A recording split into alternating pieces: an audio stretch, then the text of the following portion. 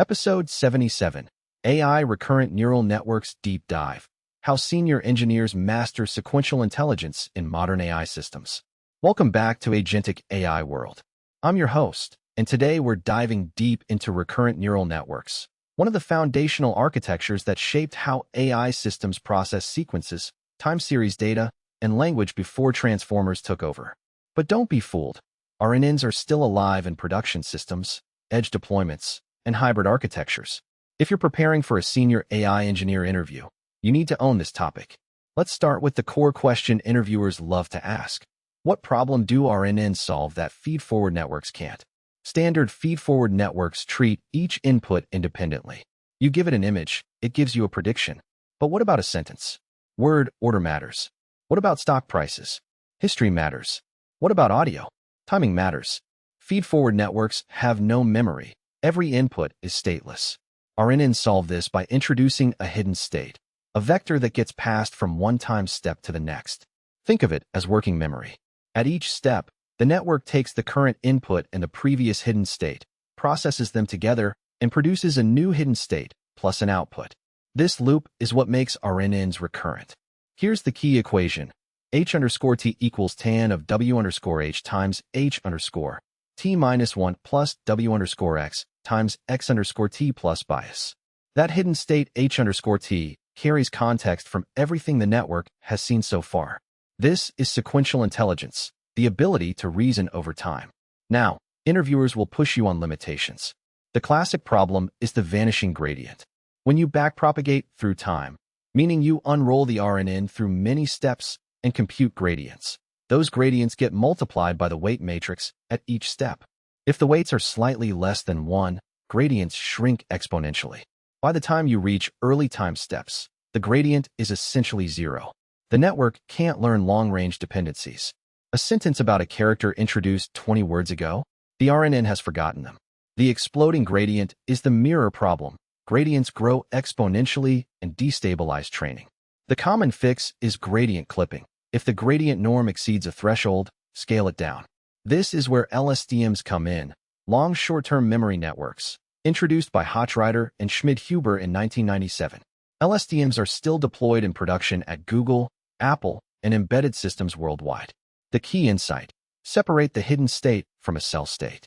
The cell state is a long-term memory highway that runs through the sequence with only minor linear interactions. Gradients can flow through it without vanishing. LSTMs control information flow with 3 gates. The forget gate decides what to erase from cell state. It looks at the current input and previous hidden state and outputs a vector between 0 and 1. Multiply the cell state by this, and information is selectively forgotten. The input gate decides what new information to add. It has 2 parts, a sigmoid that decides which values to update, and a tan that creates candidate values. The output gate decides what to expose from the cell state as the new hidden state. In an interview, if someone asks you to compare LSTM to GRU, here's your answer. GRU, Gated Recurrent Unit, is a simplified version introduced in 2014. It combines the forget and input gates into a single update gate and merges the cell state and hidden state. The result is fewer parameters, faster training, and comparable performance on many tasks. Use GRU when compute is tight. Use LSTM when you need finer control over memory. Now let's talk production realities, because that's what senior interviews are really about. Where are RNNs still used in 2026? First, edge and embedded systems. Transformers are massive. A small LSTM running on a microcontroller can do keyword spotting, anomaly detection, or time series forecasting with a fraction of the memory. Second, streaming inference. Transformers process full sequences at once. RNNs process one token at a time, making them naturally suited for streaming audio, real-time sensor data, or token-by-token generation without a KV cache. Third, hybrid architectures. Some production systems use an LSTM encoder to compress a long sequence into a fixed representation, then feed that into a transformer decoder. You get the efficiency of sequential processing with the power of attention-based generation. A common interview question: how would you deploy an RNN for real-time fraud detection? Here's how you'd frame it. You have a stream of transaction events per user. Each event has features: amount, merchant category, location, time delta since last transaction. You maintain a rolling hidden state per user in a key-value store like Redis. When a new transaction comes in, you load the user's hidden state, run one forward pass through the LSTM, get an anomaly score, then write the updated hidden state back. This is stateful streaming inference. Low latency. No need to reprocess the entire history. The engineering challenges. Hidden state serialization. You need to serialize and deserialize floating point vectors efficiently.